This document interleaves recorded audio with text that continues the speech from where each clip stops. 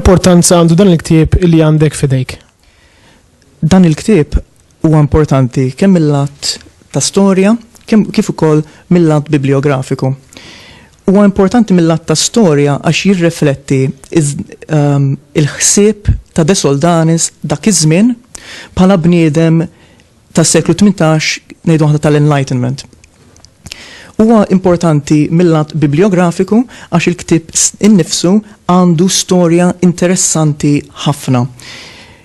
L-iżjed ħaġa importanti ta' dan il-ktieb u il-fatt li l-awtur fin minnhom f'edizzjoni minnhom li hemm żewġ edizzjonijiet jibqa' anonimu. Fl-edizzjoni l-oħra l-awtur jagħti ismu komplut li huwa Michele Acciard. Issa, alla volja fuq it-titlu ta' ktieb l-isem tal-awtur huwa Michele Acciard, nafu biċċert għax għalilna de Soldanis stess li hu kien l-awtur. Issa, kif nafu li kien l-awtur de Soldanis? Wara li kienet nqalat kontroversja enormi ħabba dan il-ktieb u dan il-ktieb ġi projbit mill-Gran Mastru ta' dak iż-żmien Pinto, sewa, u wara li de Soldanis kien inqalaf ħafna inkwiet mal-Papa li dak iż-żmien kien Benedittu l-14.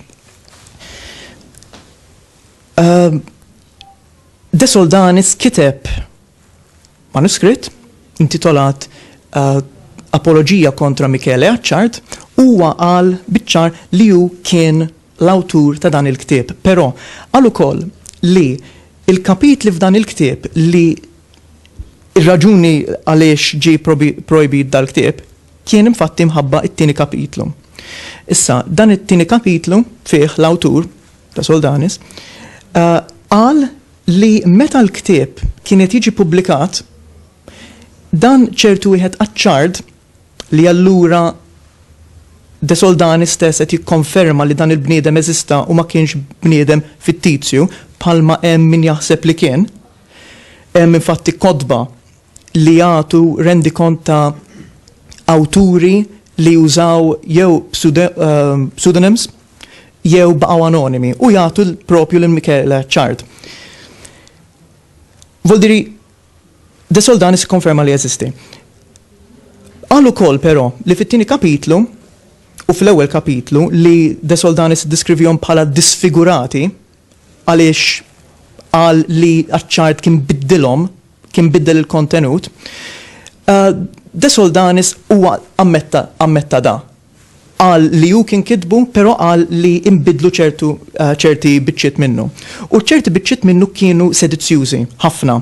U infatti Pinto kien irrabja ħafna għal żewġ raġunijiet. Waħda il għaliex inkiteb, però iżjed u iżjed il għaliex inkiteb ċertu żmien propju sentejn wara l-konġura tal-iskjavi li kienet waħda mill-iktar teddidi kbar ta' seklu 18 u anka ta' sekli oħrajn li affettwat l-ordni ta' San Juan fejn kien hemm ġifieri konġura kontra l-Gran Mastru Pinto.